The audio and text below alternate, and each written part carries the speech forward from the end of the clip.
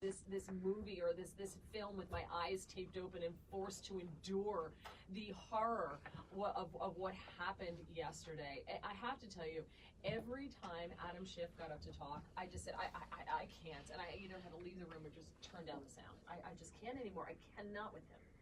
You know, Adam Schiff isn't a witness yet. He tried to make himself a witness yesterday, and I think that's one of the major legal deficiencies. I don't know if the legal team for the White House has picked this up, is that he's characterizing the evidence, and that's not evidence. The evidence is the evidence. You go to a court, you go to a trial, lawyers, you know, practically speaking, think of it like this. They got a box of evidence to give to the court and tell the court this is how you should think about it. Right. And the Democrats are trying to get away with their characterization of the evidence as being the evidence. In fact, they went on a fishing expedition and found evidence of the following. There was a delay in the holding up of conveying aid to Ukraine. The transcript shows the president had 3 concerns, and he stated them. The internal bureaucrats, the deep state bureaucracy, had concerns about delaying it too long, objected to what they thought some of the reasons may or may not have been. They didn't have any evidence of that. And it went to the Ukrainians. That's what happened. Right. They're saying it happened for the following reasons, but there's no evidence that the reasons were inappropriate or improper. They may characterize it as inappropriate. And so they don't have the evidence. So what they're asking the Senate to do is, well, we went on a fishing expedition, couldn't find any evidence per se of misconduct. Give us a chance to go and ask again. And no court in their right mind would ever allow that to happen. And that's why they had the trouble they had yesterday.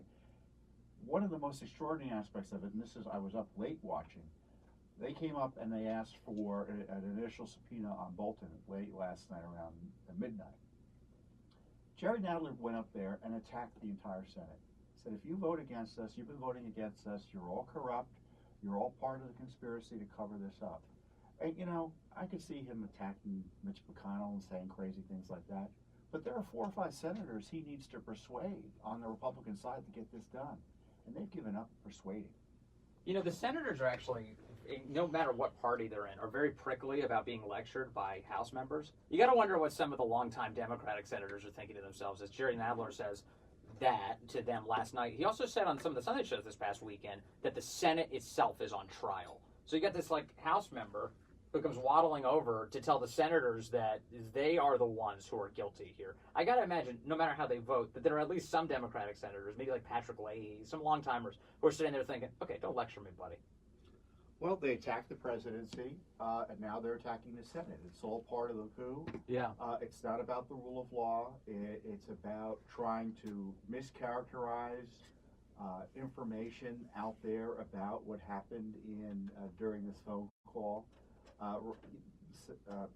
Adam Schiff and his team have been caught mischaracterizing another set of documents, the Parnas documents. Right.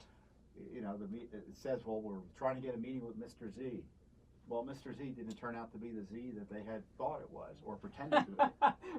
You know, they mistake, Mr. Z was an oligarch in Ukraine, not the president of Ukraine. Oh, that's hilarious. So, you know, but of course, the evidence doesn't show any improper conduct by the president.